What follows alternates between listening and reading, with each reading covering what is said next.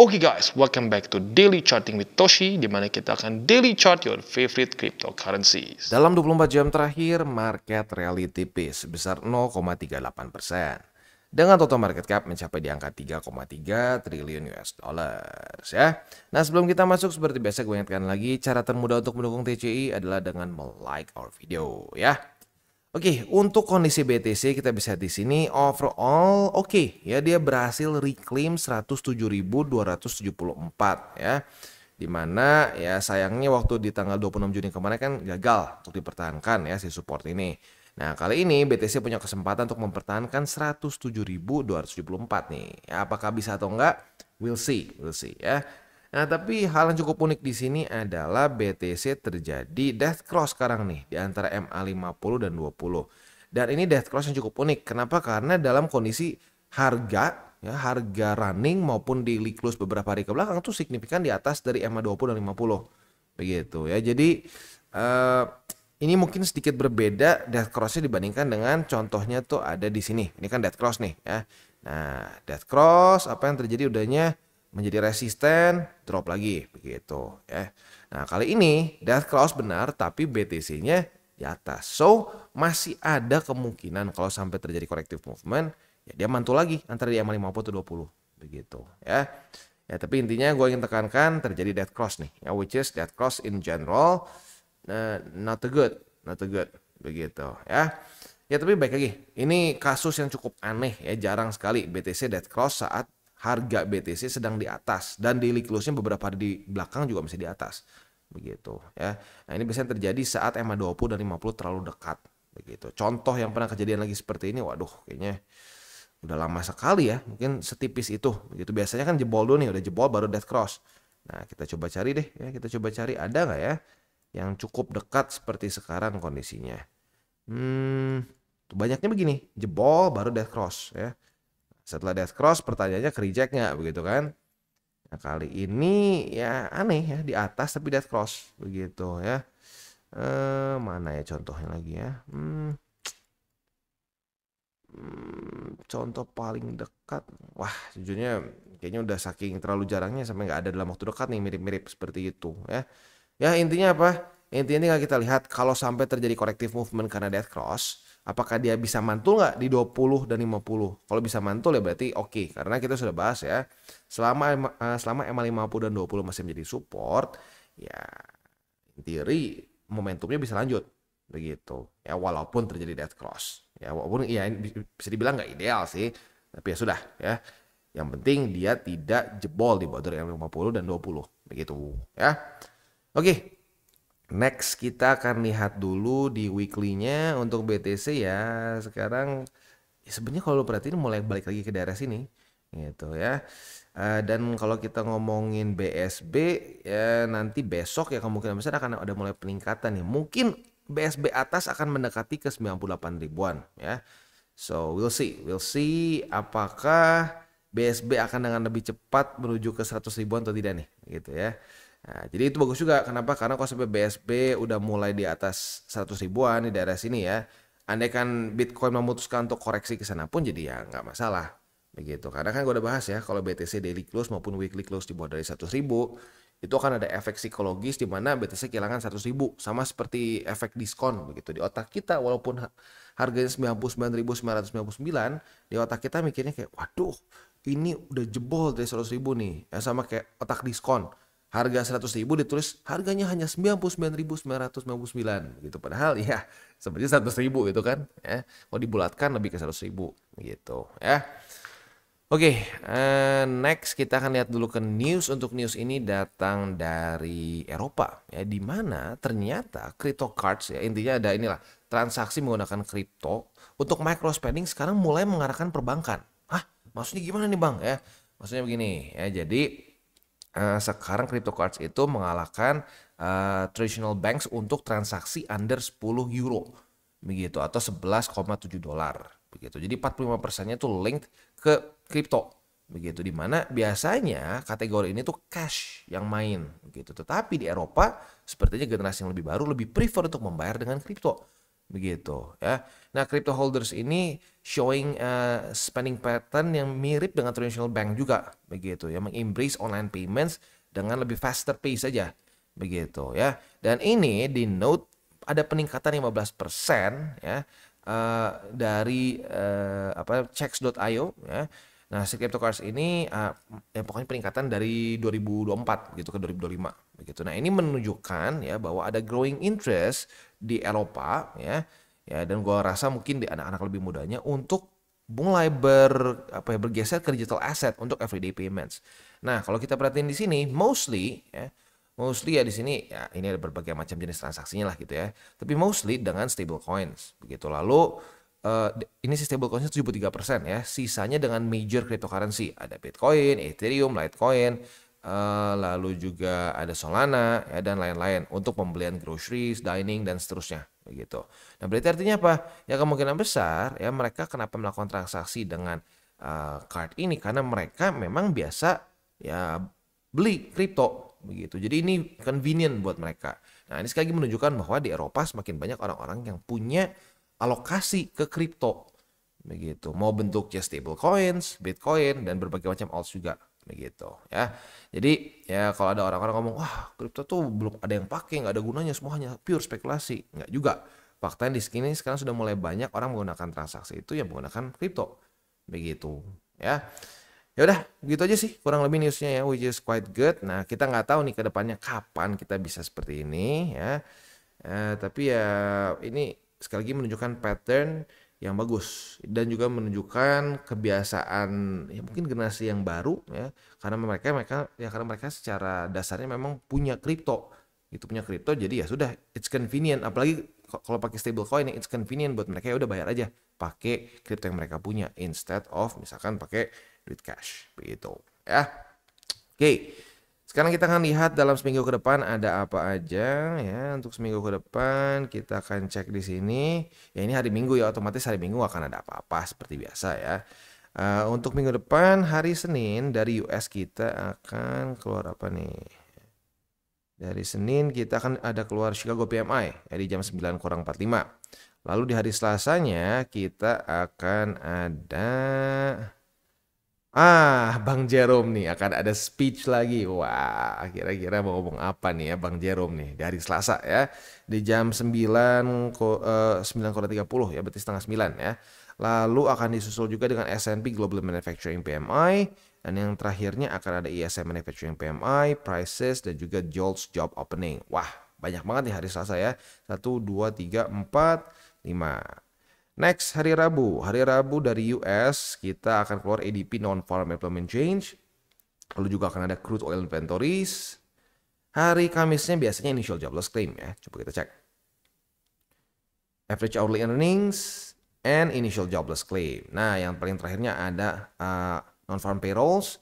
Nah, siap-siap nih ya. Digeser ke Jumat. Biasanya digeser ke Kamis. Biasanya Jumat nih.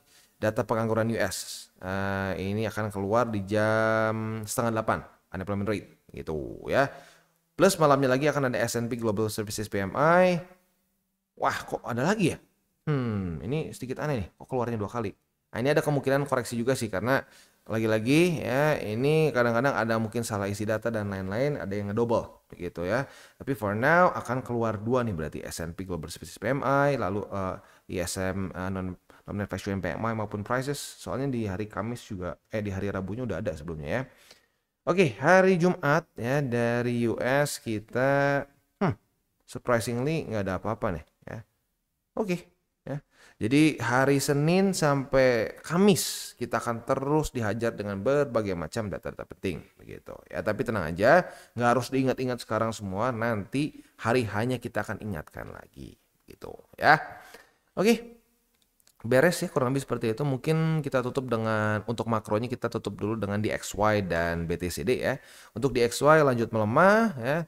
Untuk BTCD kita bisa lihat di sini mulai terjadi corrective movement. Tapi ya baik lagi efeknya udah kerasa dari ya balance sheet kemarin turun lagi ya. Balance sheet turun lagi kita bisa lihat di sini menghasilkan ya BTCD yang lebih kuat dan kuat lagi gitu. Jadi ya gue udah bahas berkali-kali ya, bahkan gue udah bikin satu video khusus untuk mengenai altcoin season gitu ya. Ya, jangan ngarep yang aneh-aneh selama kita masih QT begitu ya. Nah, tapi di waktu bersamaan juga jangan jadi terlalu pesimis. Wah, udah deh ya kita tidak mungkin dapat altcoin season, berantakan, nggak mungkin. Well, bisa-bisa aja. Karena gue ingatkan lagi, di 2019 pun The Fed tuh bisa tiba-tiba mengubah kebijakan dengan cepat sekali. Begitu. Ya buat yang nggak tahu konteksnya di 2019 bulan Juni ya. Bulan Juni itu The Fed menyatakan bahwa tidak ada rencana untuk menurunkan interest rate sampai 2020. Artinya berarti kan kebayang gak sih ya? Itu di pertengahan tahun udah nggak ada rencana lagi, tahun ini nggak akan ada penurunan sama sekali gitu ya. Tiba-tiba bulan Julinya turun langsung. Jadi bisa saja ada perubahan mendadak yang dilakukan oleh The Fed saat ekonomi tidak sesuai dengan prediksi mereka. Gitu. Jadi ya kita nggak usah pesimis juga, nggak usah terlalu optimis juga. Kan kita udah sering bahas ya, kita sebagai seorang trader itu bereaksi. Jadi kita jadi realis aja. Faktanya market menunjukkan apa. Nah kalau dia menunjukkan ternyata ya ada potensi bisa altcoin season, ya sudah. Ya kita bisa mulai menggeser porto kita gitu ya. Tapi sekarang kan enggak nih ya, masih terbukti QT ya. Ya jangan sampai kayak dulu ya. Di apa namanya di Mei kemarin banyak yang kena altcoin season, mati ujung-ujung enggak kejadian kan. Dan juga di sini nih ya, di kuartal 4 2024, Oktober, November, Desember. Wah, di sini banyak sekali kan dukun yang teriak-teriak altcoin season. Ya kita ingatkan, tidak bisa, ini masih terus turun. Selama ini masih QT, kemungkinan besar ini hanya fake out ya. Ternyata benar nggak? Benar fake out kan? Nah ya udah gitu aja. Itu so keep it 60-40 at max di masa-masa QT ya. Nanti kalau misalkan sampai kita masuk ke QE atau minimal netral balance sheet-nya, ya bolehlah ya kita biarkan dan misalkan alts-nya ngegendutin sendiri. Tapi selama masih QT, ya harus tetap disiplin, keep it 60-40 at max. Ya tentunya 60-nya BTC ya, jangan kebalik ya. Oke, beres untuk makronya. Selanjutnya kita tinggal masuk ke buy limit. Tetapi sebelum kita masuk ke buy limit, seperti biasa gue akan disclaimer dulu bahwa semua konten dari TCI bukan operasi advice. Ini semua bentuknya adalah edukasi ya. Lalu gimana cara mendukung TCI? Ada banyak caranya. Lo bisa like our video, bisa share our video, atau juga bisa menggunakan link referral kita di bawah. Dan sekarang kita akan dengar lo pesan-pesan dari sponsor kita pada hari ini. Oke, today's video is brought to you by Wallbe. Dan Wallbe ini adalah suatu platform yang fokusnya lebih ke trading futures. Nah, tapi yang berbeda dari platform lainnya adalah Wallbe ini menggunakan ChatGPT-4 untuk membuat AI signals di sini ya. Dan yang unik lagi dari AI signals ini, kita bisa pilih sesuai dengan risk profile yang kita inginkan ya. Mulai dari low risk, medium risk, bahkan sampai ke high risk begitu. Jadi bisa disesuaikan dengan resiko yang kita inginkan. Dan yang unik juga di sini adalah kita bisa lihat mulai dari TP dan SL-nya gitu ya. Contoh Mami, TP-nya 5%, SL-nya minus 1%. Nah, jadi sudah lengkap TP SL. Nggak cuma sekedar bisa buka posisi saja, tapi sudah ada parameters untuk SL-nya juga begitu. Dan tentunya ini akan meningkat sesuai dengan risk profile yang kita pilih. Contoh kita lihat Carlos. Carlos ini medium risk. Nah, otomatis secara TPSL-nya pun berubah. Dan tentunya paling tinggi adalah MC Whale, di mana di sini TP-nya bisa sampai 40% dan SL minus 16%. Jadi sekali lagi cocok untuk berbagai macam jenis resiko gitu ya. Nah, tapi andaikan lu merasa bahwa oke, gue udah biasa trading nih ya, gue udah bisa dengan SOP gue sendiri, lu pun bisa trade dengan manual ya seperti biasa ya, di mana lu membuka posisi sama persis seperti di platform-platform lainnya. Tapi unik di sini adalah mereka itu ada TP dan SL triggers yang bisa di set juga dengan AI ya. Nah, selain itu juga mereka ada meme pool. Meme pool ini basically adalah kita bisa trade berbagai macam meme coins tanpa kita harus deal with the hassle of DEX begitu. Jadi lebih streamline dan lebih mudah begitu. Tapi baik lagi mengingatkan untuk meme pools ya kita harus tetap atur resiko juga, karena meme pools ini banyaknya dalam meme coins yang benar-benar masih sangat baru begitu, secara market cap cenderung kecil dan banyaknya yang belum masuk ke checks begitu. Jadi makanya gue bilang lebih terasa seperti kita bisa menggunakan DEX tapi lebih mudah begitu. Dan yang paling penting lagi adalah di di Wallbe ini mereka ada namanya rebate voucher. Biasanya hanya 100 USDT saja, tapi bagi lo yang menggunakan link refractory bawah atau dengan menggunakan kode Toshi Crypto ya. Sekali lagi dengan kode Toshi Crypto, kita akan mendapatkan upgrade dari 100 USDT menjadi 250. Jadi buat lo yang tertarik untuk coba Wolby, boleh pertimbangkan untuk menggunakan link referral kita di bawah. Dan kita masuk ke BTC. Untuk BTC dia untuk yang kalau sampai ada yang buka posisi short ya kemarin ya, retest 1, retest 2 sayangnya daily close di atas. Jadi ya cut loss ya, maupun tipis sih. Ini aduh berapa persen sih palingnya? Penasaran gua. Kalau sampai lo di jam 7-nya banget, ya 0,07% begitu ya. Ya baik lagi kalau BTC sih kan lebih less volatility ya, maka ya lu kemungkinan minus juga lebih kecil gitu ya. Ya tapi apapun itu, retest 1, retest 2 kena cut loss ya. Jebol, soalnya daily close di atas. Nah, untuk posisi spotnya karena dia terjadi reclaim, maka ada perubahan ya. Jadi buy limit pertama di angka 107.274, lalu yang kedua di 106.238. Nah, yang ketiga ini MA20 atau 50 kita boleh pilih lah gitu ya. Oke, next kita akan masuk ke Ethereum. Untuk Ethereum kita bisa di sini dia lebih kerasa sideways ya jujurnya dalam beberapa hari ini ya. Even more dibandingkan BTC begitu ya. Nah, untuk ETH kita bisa di sini secara posisi ya kita bisa buka posisi long sih. Kita bisa limit maksudnya ya, karena kan kemarin lusa kan reclaim. Nah, kemarin retest pertama. Apabila hari ini terjadi retest kedua, kita bisa buka posisi long dengan target TP yang lebih konservatif mungkin bisa pertimbangkan di angka 2450, yang lebih agresif boleh di angka 2464 begitu ya. Untuk posisi spotnya di 2419, lalu di angka 2363 dan di 2294 ya. Itu kurang lebih untuk DCWT satu sesi aja ya, karena ini hari Minggu ya seperti biasa. Ya sebelum kita tutup seperti biasa gua akan ada wejangan tipis-tipis ya. Dan ya wejangan ini berurusan dengan ya ini sebenarnya terlihat juga dari views lah ya. Views mulai melemah lah begitu. Nah, kenapa? Ya karena memang orang tuh cuma nyari begini nih, wih gitu ya, dikasih 4 hari, 5 hari boring, sedikit flat begitu ya, langsung lose interest begitu. Langsung pertanyaannya mungkin kayak, ini bakal drop lagi gak sih? Kalau drop lagi mendingan gua tutup dulu gak sih? Nah, keluar lagi kata-kata seperti itu ya. Nah, jadi ya sebenarnya gini ya, menurut gua makanya kenapa kalau newbies yang tidak tertarik untuk belajar lebih dalam gitu ya, nggak mau tertarik untuk belajar TA, nggak mau mencoba untuk mengerti market, gue lebih menyarankan udah lu tutup mata ya, DCA murni, nggak usah pakai TA dan hanya di BTC. Jadi pokoknya per 2 minggu beli misalkan ya, dibandingin lu TA setengah matang gitu. Kalau telur setengah matang enak, gue jauh lebih suka telur setengah matang dibandingin telur full matang ya.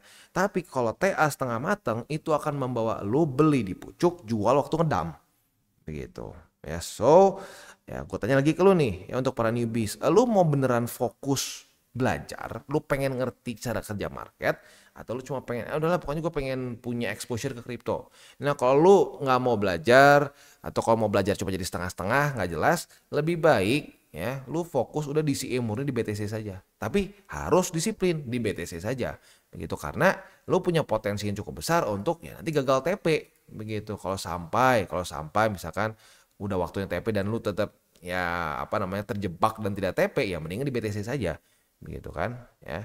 Jadi ya itulah, itu mungkin dilemanya untuk para newbies begitu, karena ya newbies tuh sangat sering sekali bosan waktu lagi masa-masa begini, dan ya pada faktanya banyaknya newbies nggak beli waktu lagi BTC drop seperti ini, kebanyakan takut begitu ya.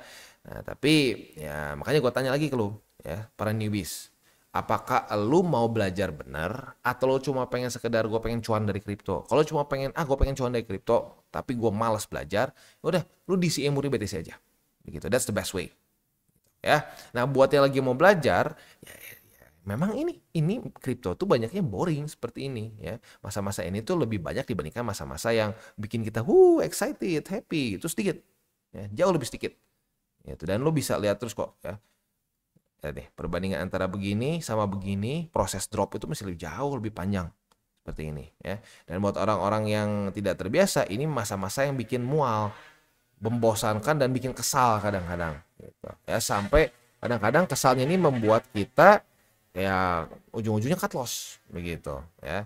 Nah, jadi ya baik lagi buat para newbies yang benar-benar pengen belajar ya harus siap, karena banyaknya market itu masa-masa boring dan menyebalkan dibandingkan masa-masa yang bikin kita happy gitu ya.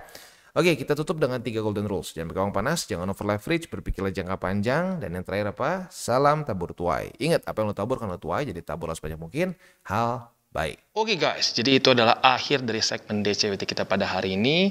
Dan jangan lupa bagi kalian yang merasakan manfaat dari segmen ini, jangan lupa untuk share ke teman-teman kalian. Dan apabila lu pengen mensupport channel kita, ya TCI, jangan lupa untuk menggunakan link referral kita di bawah. Nggak wajib, ya, tetapi apabila lu menggunakan link referral kita di bawah, ada macam-macam, ya, dari Bybit, Huobi, Maxi, toko kripto, dan banyak lagi, ya. Ya, walaupun nggak wajib, tapi kalau menggunakan link referral kita, lu secara langsung membantu perkembangan dari TCI. Dan satu lagi, jangan lupa juga untuk join Telegram group kita, di mana kita bisa ngobrol-ngobrol santai mengenai dunia cryptocurrency secara 2 arah. So, jangan lupa untuk like, subscribe, click the bell icon, and see you on the next video.